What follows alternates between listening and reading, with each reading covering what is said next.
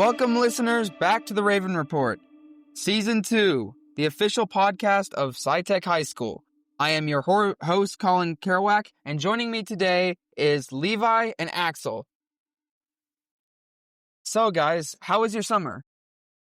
It was good. Went to California, rotted in my bed, and, summer things, I guess. Yep. Sounds about right, bro. What about you, Axel? My summer, I was chilling, mostly inside 24/7 playing Fortnite. Don't ask what level I got. Shut in. Yeah, okay. Hey, I had a good time though. Nah, bro, you gotta get out in the world. I did. Towards the end of summer, I started bike riding with like neighbors and stuff and having like photo shoots around. That was pretty cool. Speaking of technology, today our topic is on something familiar that we've done and covered many times before, the cell phone ban. Yes, ladies and gentlemen, this is the last time you're probably going to hear about this, because Texas has passed a law banning cell phones in school. It specifically says in this section, personal wireless communication device means any wireless electronic communication device other than a device provided to students by a school for instructional purposes. That's exactly what the law says. What are y'all's thoughts on it? I think I could get the idea of what they tried to do with the bill, but I think overall it was kind of handled very, very harshly. I don't think anybody should necessarily be banned in using phones during like lunch or, say, Raven's Nest that we really have here. I don't know if it's just us or potentially other schools that have it like it, but it's all schools. Most schools actually have stricter stuff put in place for this than we do, surprisingly. What about you, Axel? What was your initial reaction to this ban? I guess my initial reaction was like, confused. Like, I understand, like Levi said, I understand that they're trying to like limit phone usage in classrooms to like avoid distractions. Like, why the need to ban it during school in general? I mean, like we have lunch. That's pretty much our only break. And yeah. Why not just let us use our phones during lunch while we're chilling? Yeah, that's a very fair point. I mean, like, is it like, why can't we use it during lunch? It's like nobody's learning anything. It's not in a classroom. So why are we prohibited from using it during lunch? Or they're even prohibiting it like before the school day starts when we get here early. Like, that makes even less sense than lunch, because, like, lunch is at least, like, during the school day, before even school starts. Like, come on, man. Give us a break. Yeah. It's pretty ridiculous.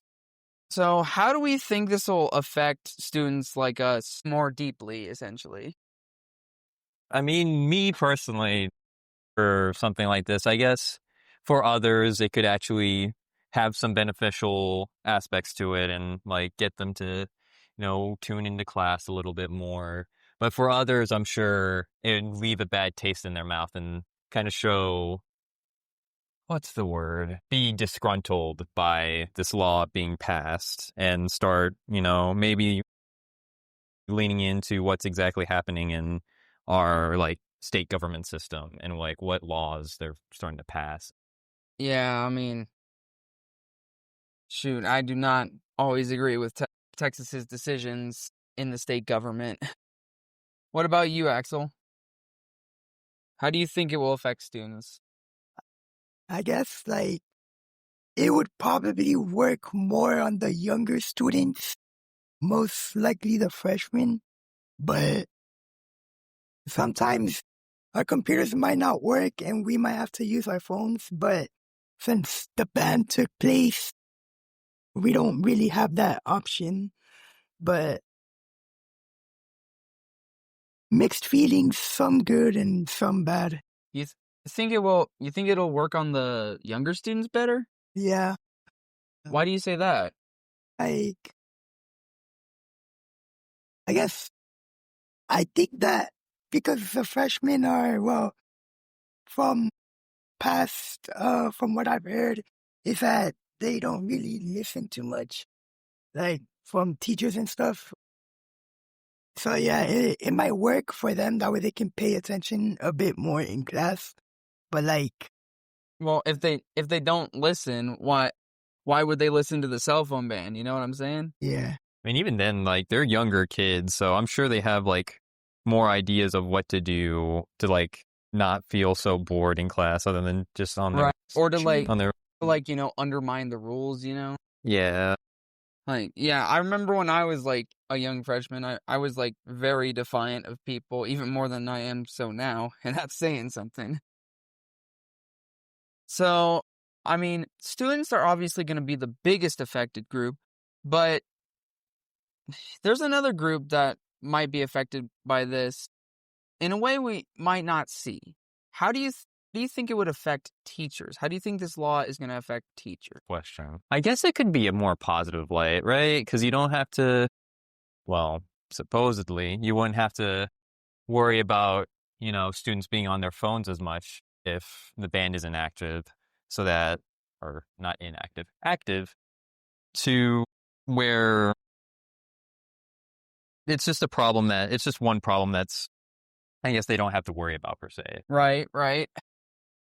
Axel, how do you think it'll affect teachers? I guess pretty much what Levi said. I also agree with him. It'll make it less difficult on the teachers to like make them pay more attention, I guess. They'll have to do less effort to make them pay attention instead of like being distracted. That is probably true, since a lot of people our age like to get on our phone a lot. Yeah. Oh boy. So let's go ahead and look at the law itself. It talks about instructional time, like it's banned during instructional time. Mhm. And for some reason, I got a reason from one of our administrators saying that, we can't have our phones during lunch or before like classes start because it's still technically considered instructional time. Do you think that's just a full baloney claim they made up to enforce it, or do you think that's actually what the Texas state government says? I can say, at least with around 75% confidence, that it is not baloney, and in fact is true, because I find that some of my friends from other schools are finding out the same exact thing, to where they too aren't allowed on their phones during breakfast or lunch. So it wouldn't just be a wayside problem or how our administrators, and try to enforce this law. It feels more like the state government itself. Like yeah, pretty much like a whole Texas. It's more of a Texas thing, which kind of, again, would make more of our like high schoolers feel a little bit more disgruntled, because, again, this wouldn't be an administrator problem where they can take it up to like the school board or something like that. They'd have to take it up with the state government itself. Right, yeah. I mean, personally, I don't know what to believe. I don't know if it's just like a thing school administrations are doing just to like kind of enforce the law. Because I feel like there is some like, we want to push it and be super strict on this, but at the same time they're also getting a nudge from the state government. So I'm not sure how true that claim is. Although if you're saying that a bunch of other schools are saying the same thing to their kids, I could see that probably being truth and not just baloney. Since y'all believe that it's not baloney, why do you think the state considers school time outside the classroom to be instructional time? Dude, I have no idea. Genuinely, I don't know what they think, or like why they would think in their right minds that lunch and breakfast and even like times you can argue for Raven's Nest, but lunch and breakfast I don't think are instructable time at all. Like it's just why.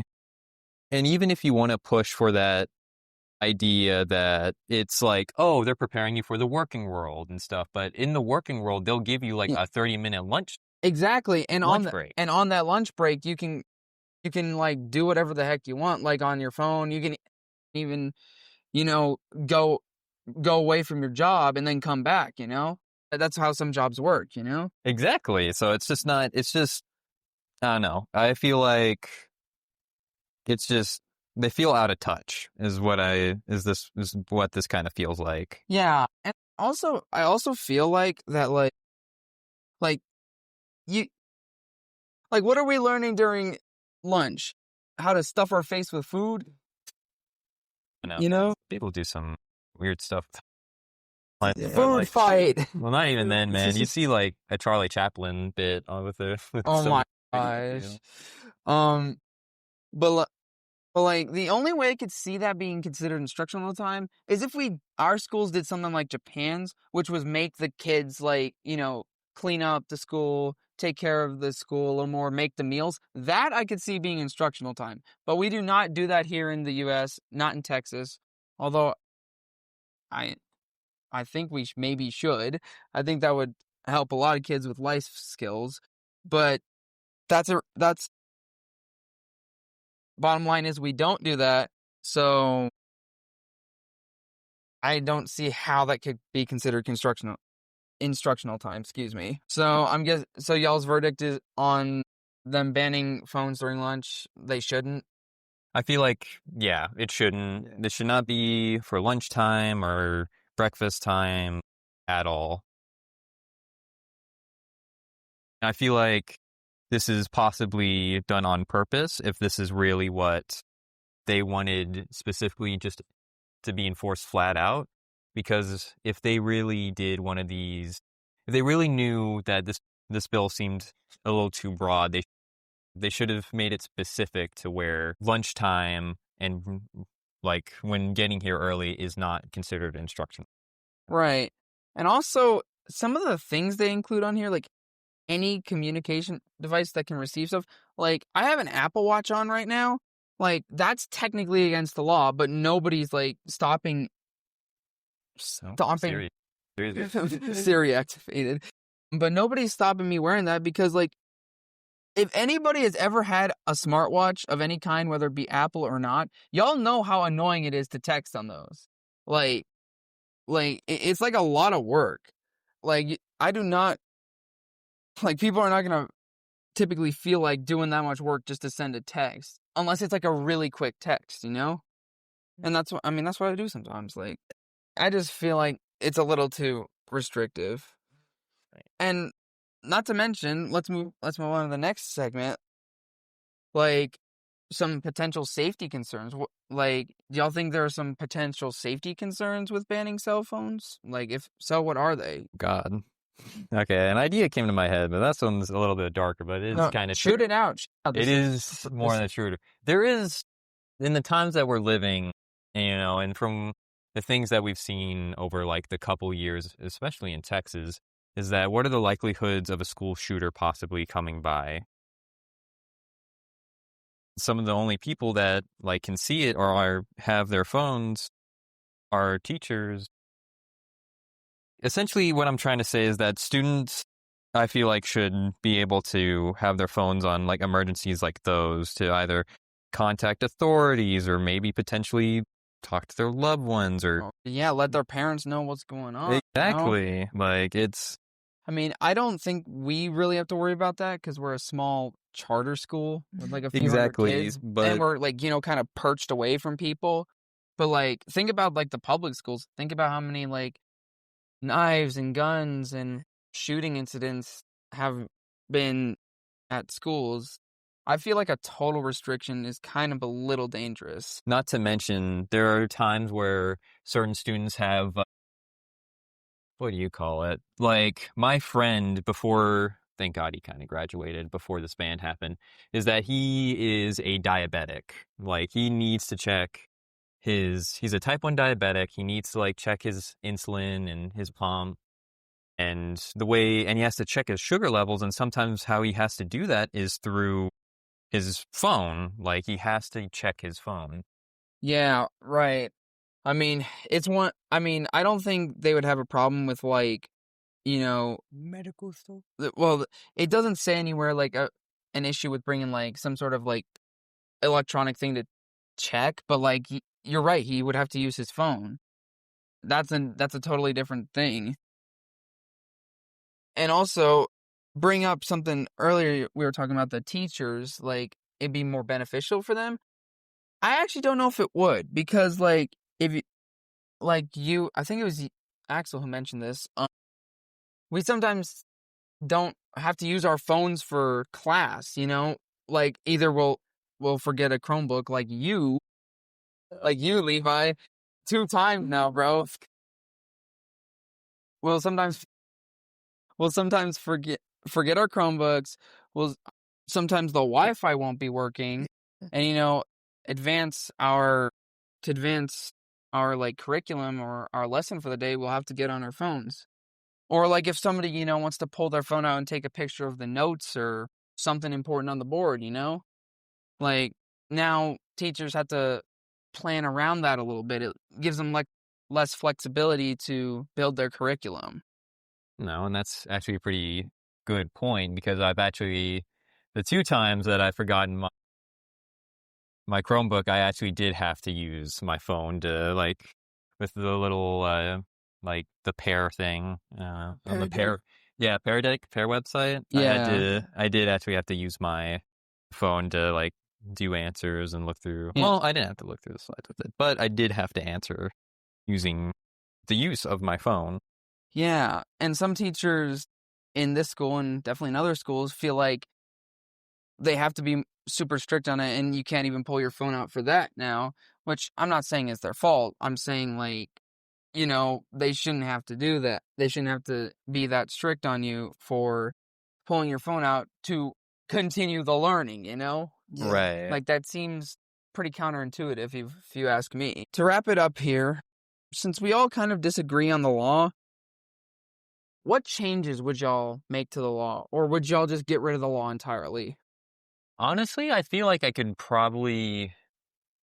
want to say either you're going to have to make, like, pendings, maybe make it to where they can have it for medical emergencies, like general external emergencies.